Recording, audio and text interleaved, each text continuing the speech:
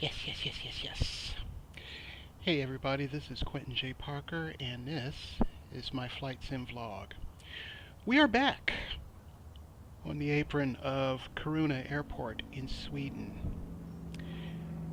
And we are also going back to Narvik Framnäs. This will be a reflight of a mission that was previously flown in the Piper Warrior. This time around, we're going to take the Cirrus SR20 made by vFlyteAir. The reason being, and the video's still up, you can check it out. The first time I flew that flight, I pretty much flew direct, which took me over a series of mountains, and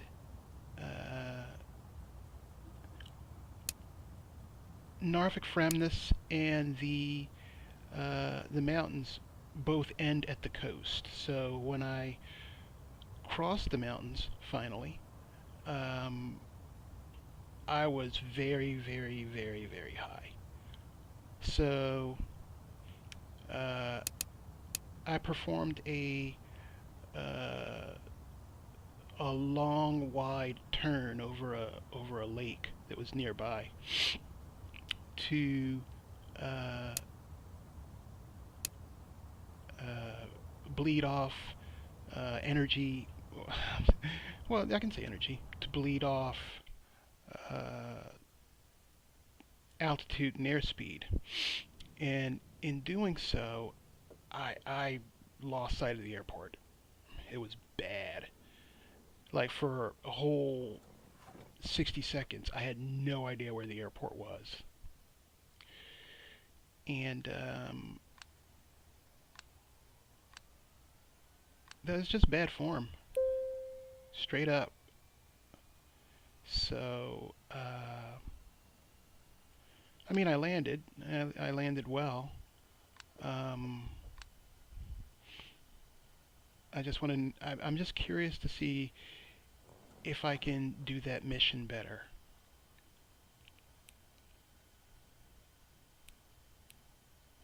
So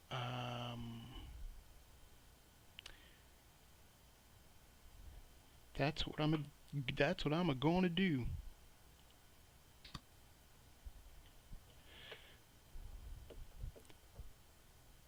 And you're here to join me. Clear prop.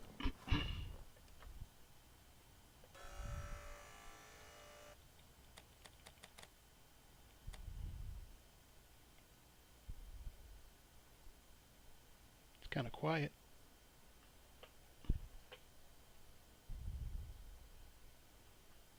It really is kind of quiet. Hang on.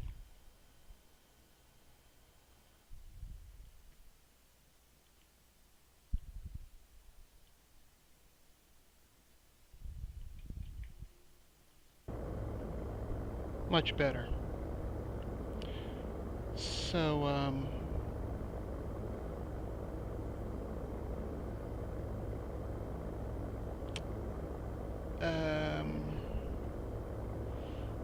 let's just get in the air, and I can tell you about it on the way.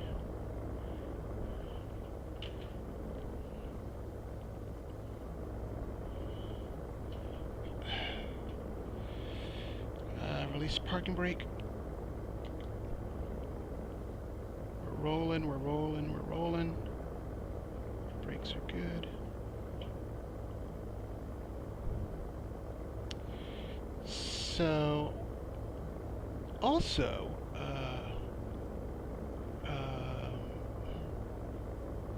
this video is going to be all about updates.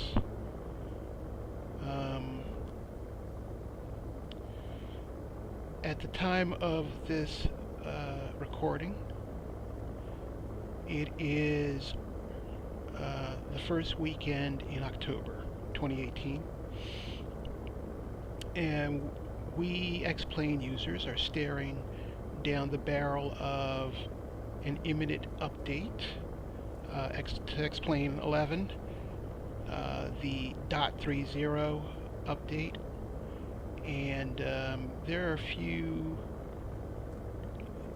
changes in it that are rather intriguing.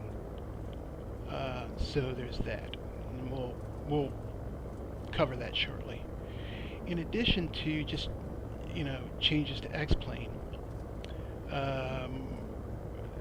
this puppy right here got its first update while in my possession, and it was actually a cool update. There's a video where I was flying this plane at altitude, and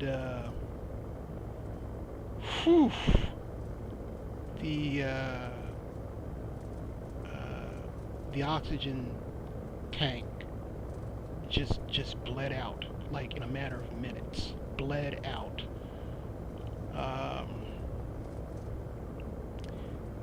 And that came as quite a surprise.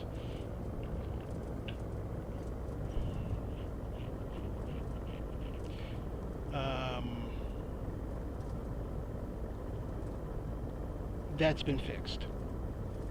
Part of me wants to kick it up to high altitude above 12,000 or something, but not on this flight. This flight is all about keeping our potential energy low. I always feel weird about taxiing on an active runway, or back taxiing, I should say, because it's like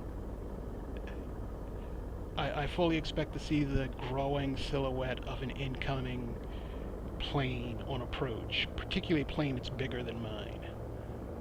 But that hasn't happened yet. All right.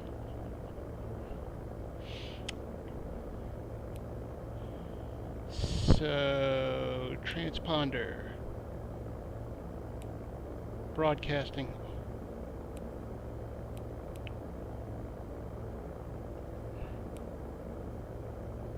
Clock is reset. We're on the numbers. Full throttle. Release. Little right rudder. Little more right rudder.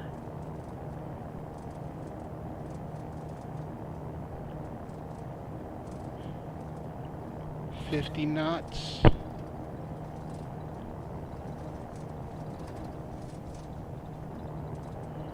$70 knots. Rotating.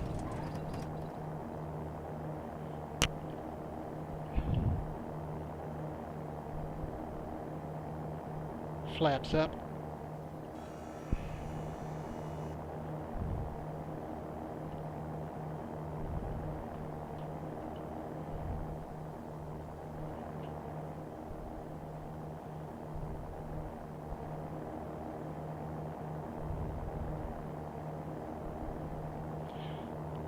And we're turning towards Narvik.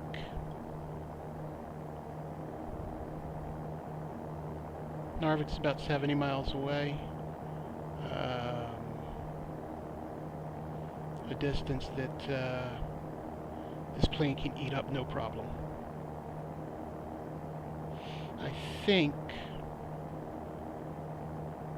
the Piper Warrior, the plane in which I flew it first and last time, can make that trip in 40-something minutes. I'm hoping to do it in a lot less.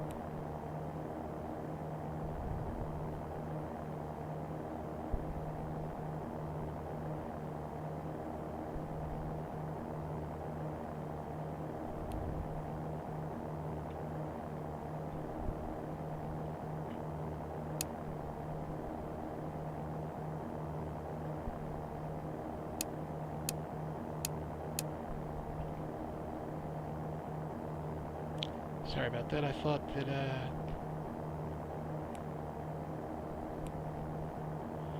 that had a pop-up. Couldn't be more wrong.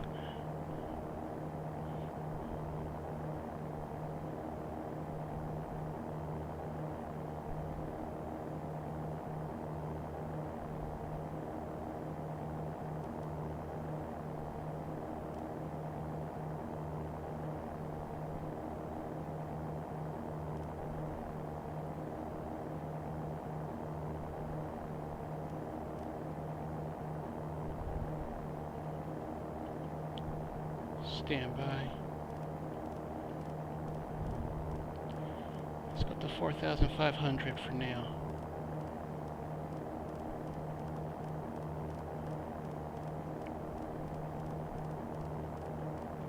Might need to do something creative.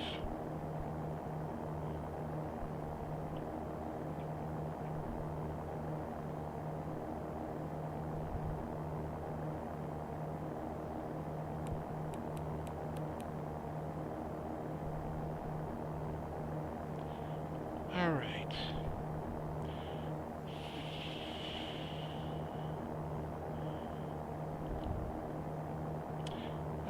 I'm gonna punch in Narvik just for tracking sake.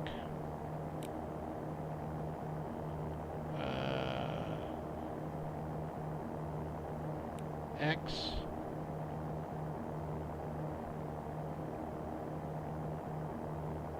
E N N K. Narvik from this. Enter.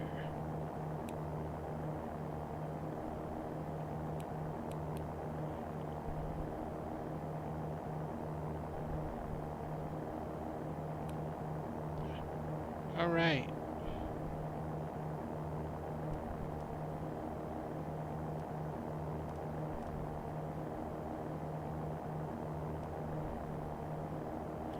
And according to GPS,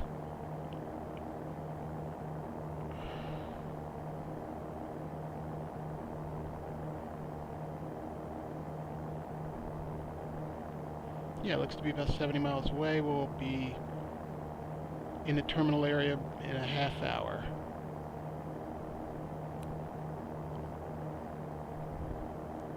Maybe less.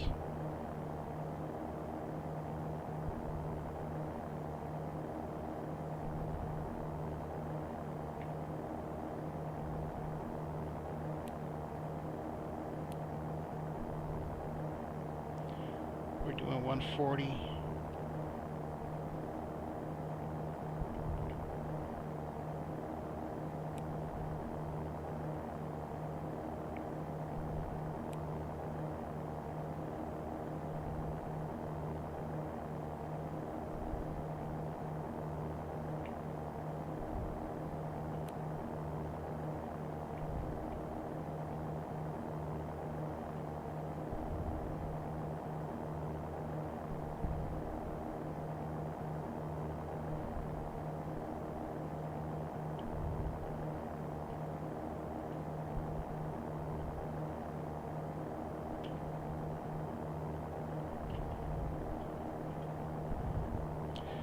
Almost there. Just want to trim out. I just want to lean out.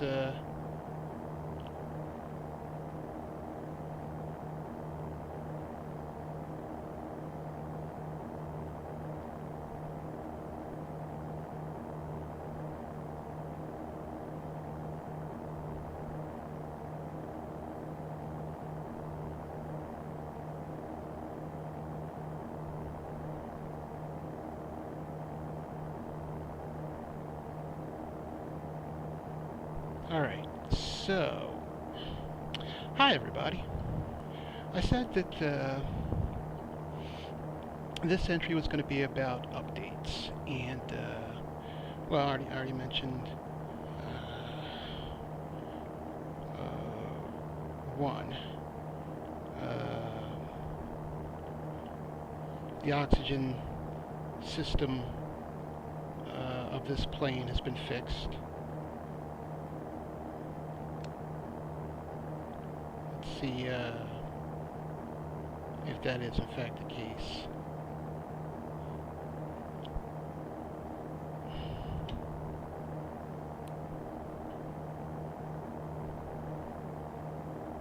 What's it at 18? 1798? Cool. We'll come back to that. So the other big update is to X-Plane. And according to some of the developers' notes, it's, you know, obviously not going to get too terribly much, but it's getting a lot. It's getting a whole lot. Real quick, probably the most exciting thing is the new particle engine, which is going to have a significant impact on the way you know, things are displayed, from contrails to fire to heat, exhaust fumes, condensation inside the engines, water splash from tires, that whole deal. And back in the summer, they being the X-Plane developers, published a short silent video on what the fire portion of the new particle engine looks like, and it looks very CGI, but it also looks very fluid and realistic. If that makes any sense, for it to be looking CGI but looking realistic. You know what I mean, I guess, is it's very cinematic looking. So yeah, so there's that. 70, 2700, manifold 23.5. Fuel flow is 9.6. I can probably do better.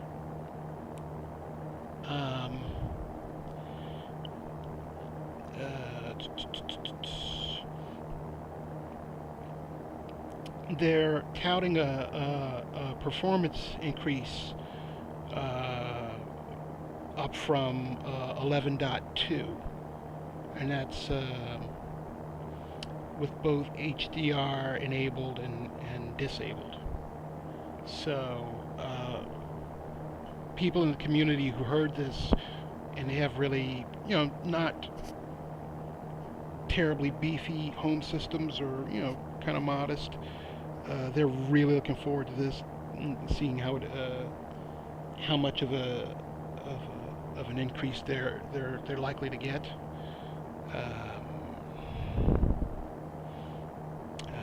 New autogen artwork, which is supposed to be, you know, zero impact on performance. New cities with landmarks, Chicago, New York City, Dubai, and a couple others. Considering there's, like, I think 2 or 3 high-end payware add-ons for New York City in X-Plane, I'm curious if they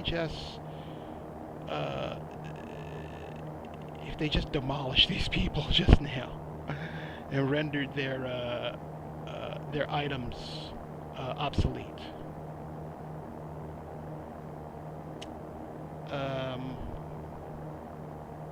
What else?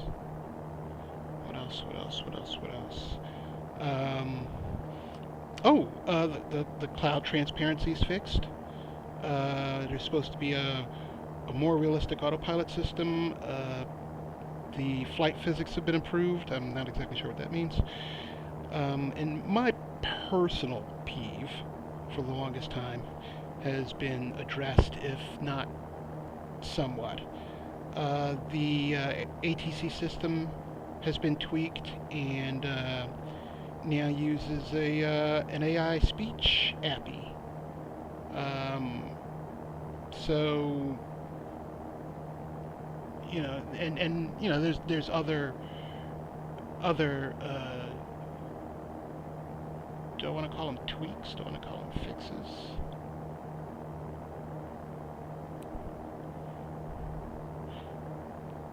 Other things going on, but those are the highlights. 1400.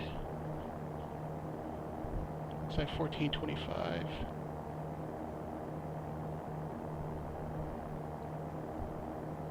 1450. And it looks like it's going down now.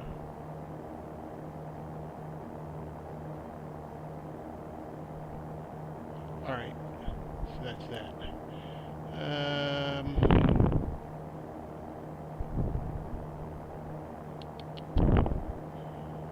2700. A little better, I suppose. So,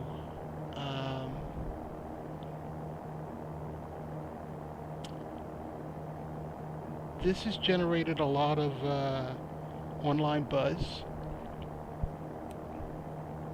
and at least in the forums and online communities that I happen to frequent, there's a lot of excitement about it. There's also some concern, particularly where they mention tweaks to the flight model. You know, that their flight model tweaks don't actually break some planes.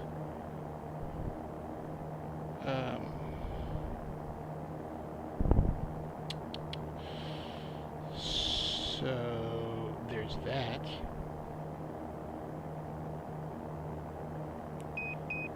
Autopilot disabled.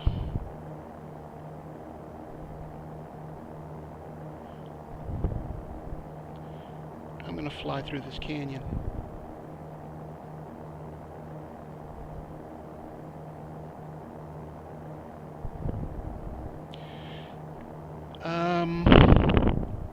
Yeah, like I said, last time I went over the mountains and created problems for myself.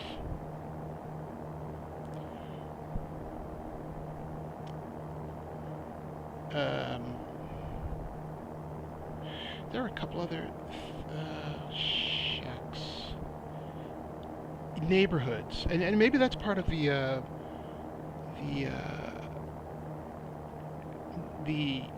autogen art. But I remember seeing this back in late August. There were some screenshots of neighborhoods in X-Plane. Like if you got a ground vehicle and went through them, you would be surprised by what you saw. Like houses with like little kiddie slides on them and stuff, and sandboxes and manicured lawns and crazy stuff like that. Like, oh snap, you know, X-Plane is now a suburbia simulator. So again, there's a lot of excitement around this update, and it's scheduled to come out next week, in the upcoming week. So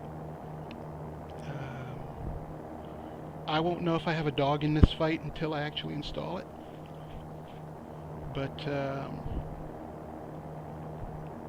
I remain cautiously optimistic. I've had, I don't know how many X-Plane updates, and they've all been, you know, fairly nice. Fairly nice and easy on my system.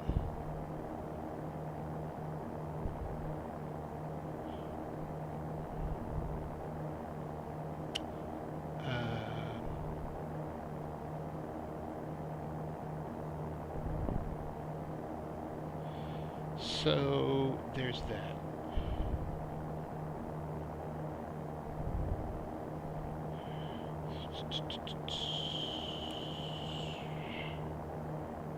$17.50. I'm going to turn the oxygen off. I am satisfied that it is in fact fixed.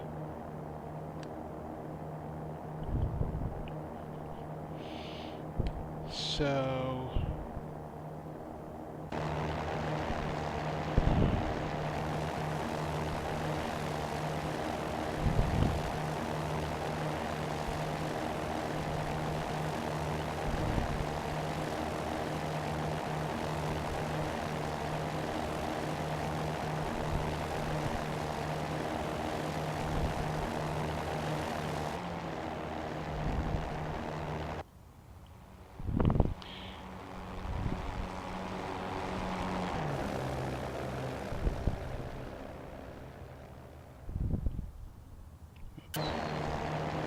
sorry.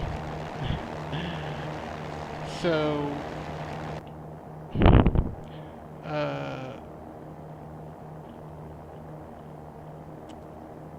my thinking is to stay low and not have to dive for the deck, so to speak.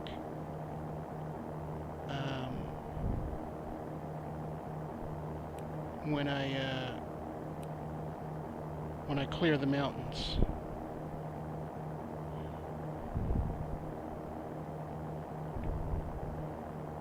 Because when you clear the mountains, you're going to be right on top of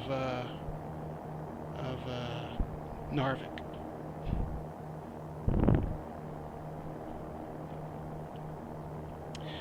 So what else can I tell you?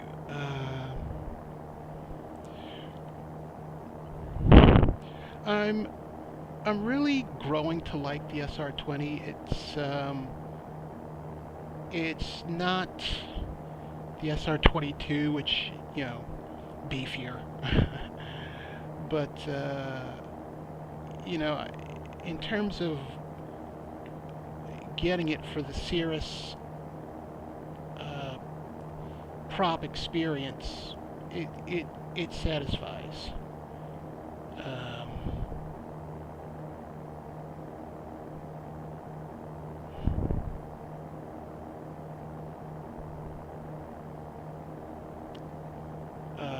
So much so that I don't really have any interest in flying the SR22 right now.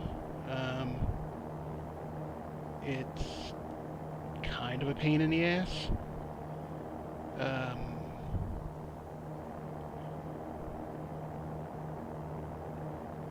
Between the sound issues that, you know, I've made multiple mention of, and the fact that it just doesn't feel as user-friendly. Well, the G1000, how the G1000 is implemented. This feels easier to manage. Relatively the same thing. Relatively the same Garmin G1000 system. This one just feels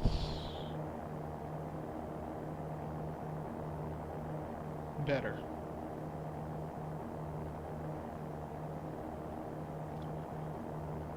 So, this is coming from a man who's never used one professionally a day in his life, and I understand that.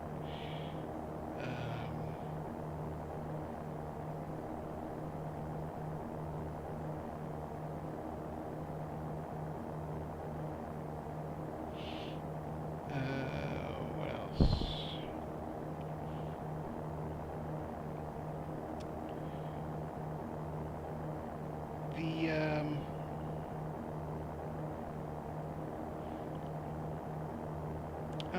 I'm wondering what's on the horizon. What's going to be the next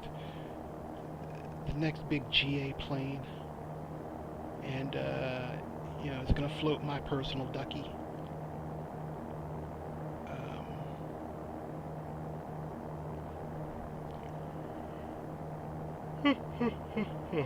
Sorry.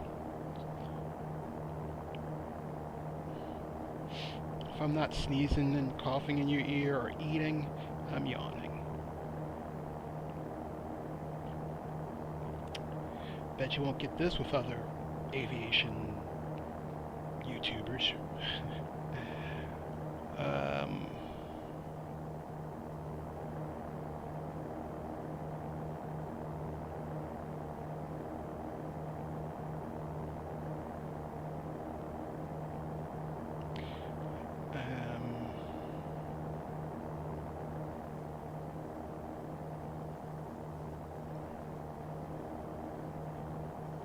Getting about 60 frames per second, by the way.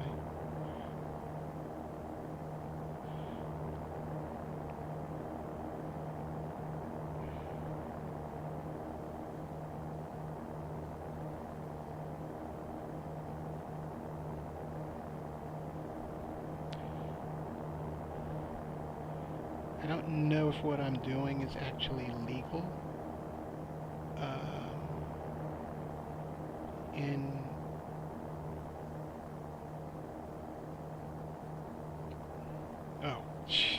Thought that was a bird. I don't know if what I'm doing is actually legal in Sweden. I have to imagine it is, but no. It just might not be.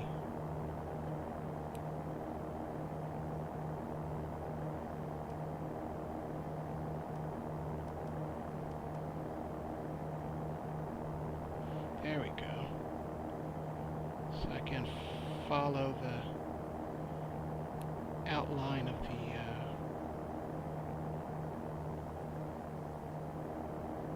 the high cliffs.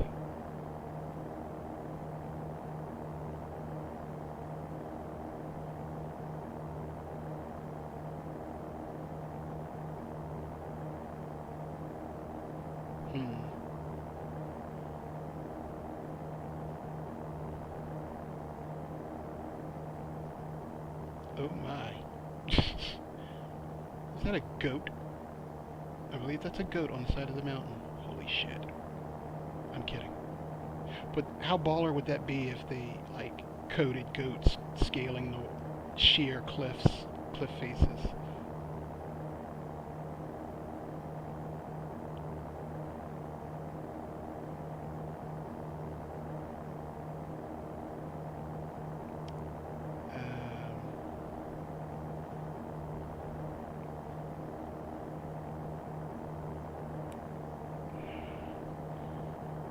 Alright, we're 7 minutes out from the terminal area.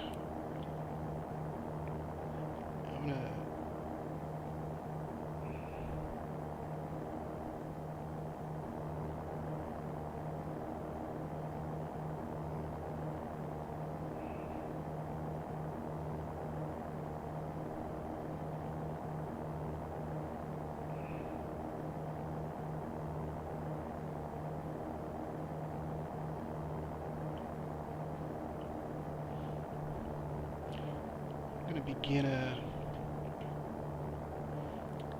descending and decelerating. My idea, Narvik is probably behind this mountain right here, but it'll be low, like down here. So I want to pop out of this this canyon.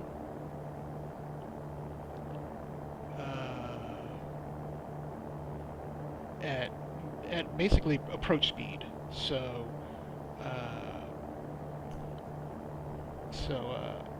and a decent altitude. So I can basically just make one turn and boom, be right on approach. That's my thinking anyway. We'll see if I can pull it off.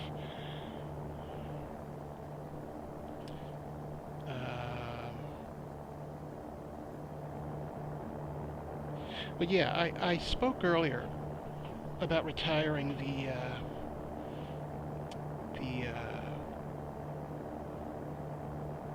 PA-28 Warrior. I'm actually thinking about retiring 2 planes. Like I said, I love the Cirrus experience I get from the SR20, and the SR22 just simply doesn't play well with X-Plane 11. So, what's the point? What is the point?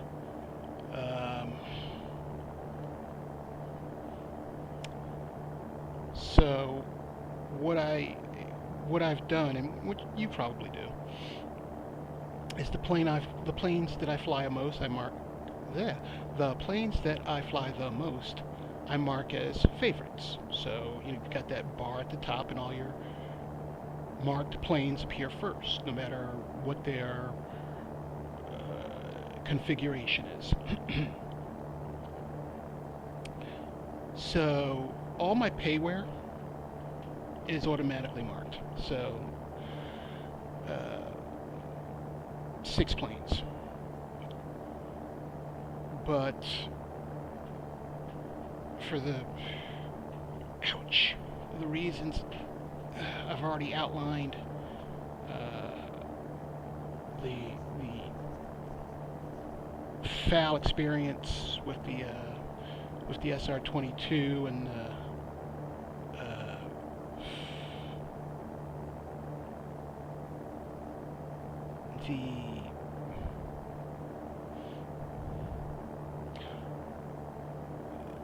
underperforming of the Piper Warrior, and that's only due to its age, or modeled age. I'm pretty much taking those 2 out of rotation. The Warrior, the Warrior I'll still fly, but just not nearly as often.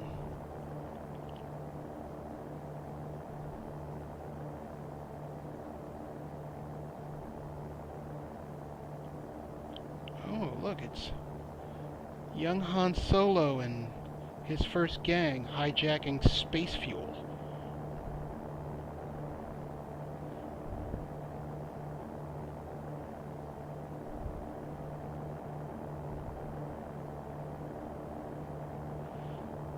Alright, we're at 1,900 feet.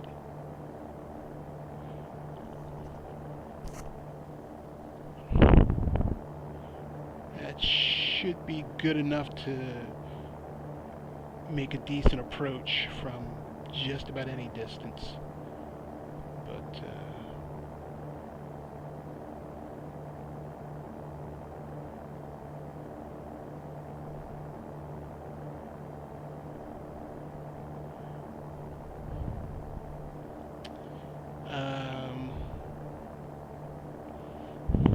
I gotta watch what I'm doing in the Diamond DA62. It's a neat little plane, but so far I've managed to ground loop it twice without even trying. And that is uncool.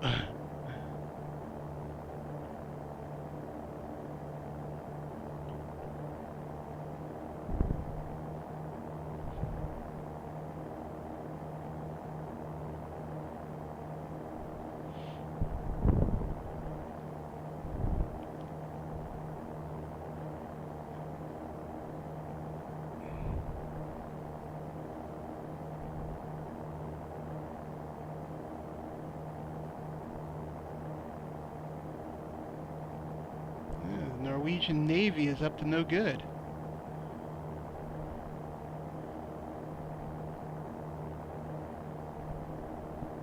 All right.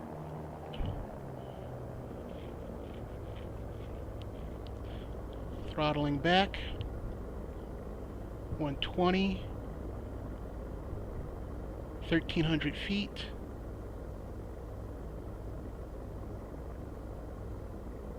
Pretty sure the runway is on the other side of that hill.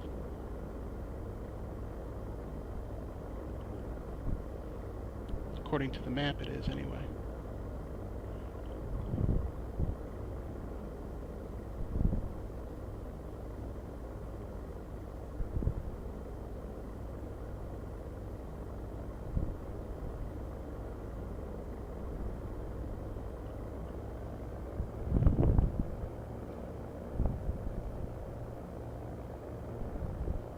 1,000 feet off the water.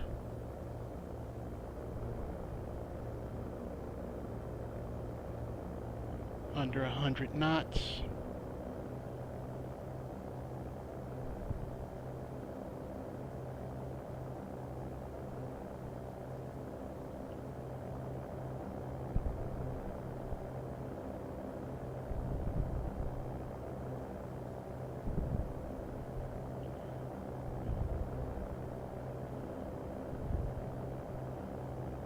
Gear down, definitely. I'm not going to bother with changing the fuel tanks to the heavier tank. Alright, there's the runway.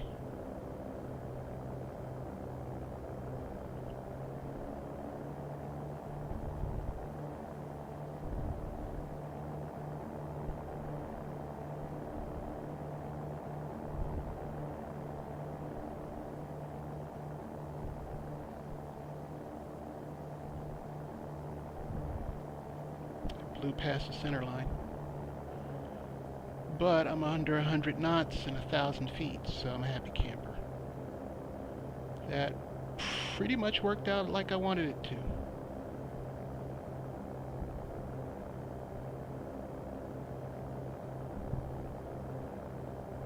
First notch of flaps.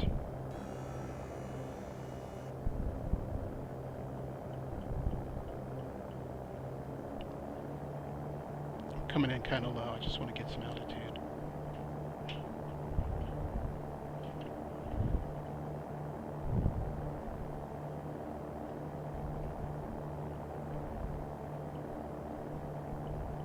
Second notch of flaps. Right on glide slope.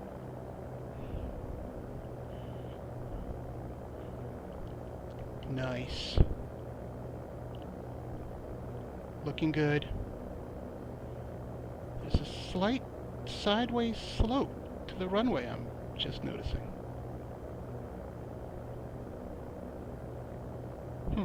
Interesting.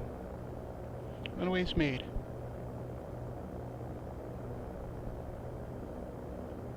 Throttle out.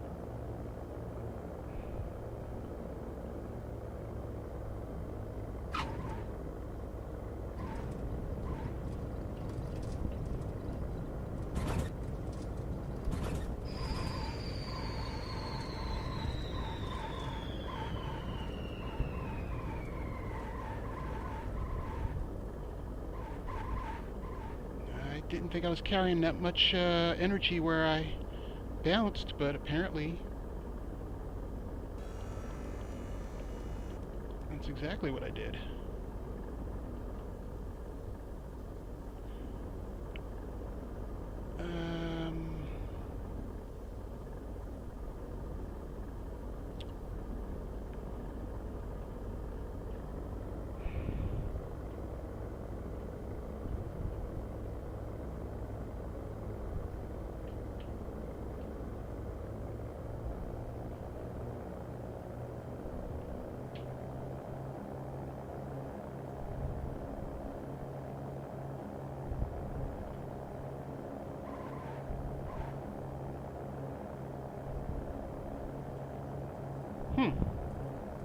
I don't know if I noticed that downhill slope before.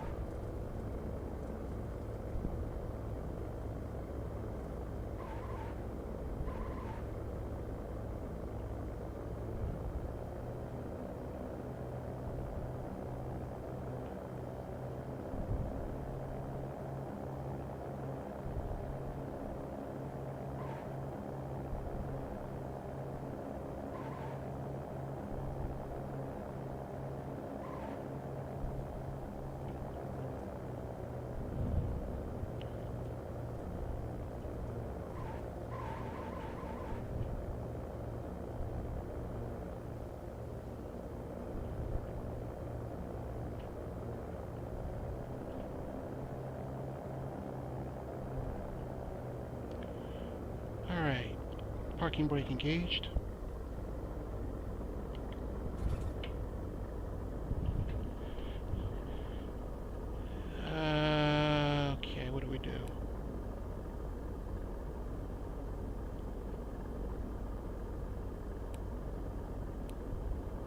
38 minutes in the air. Nice.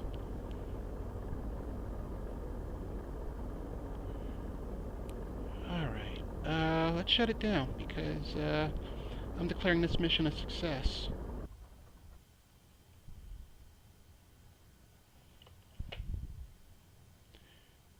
Let's get some air in here.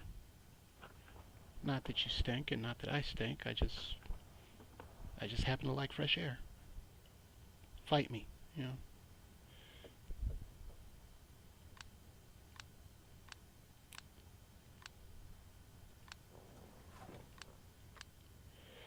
Alright. We are in Narvik from this time with some relative speed and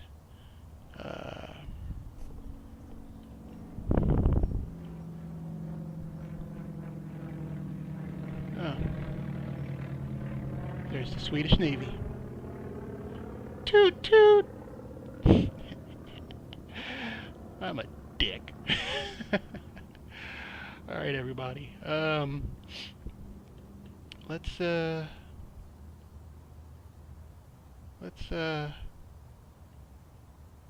get out and do something. So this has been Quentin Parker flying the vFlyteAir SR20 and talking about the upcoming 11.3 version of X-Plane. Hope this message finds you guys and your family and friends well. That's it. I'm out. Peace.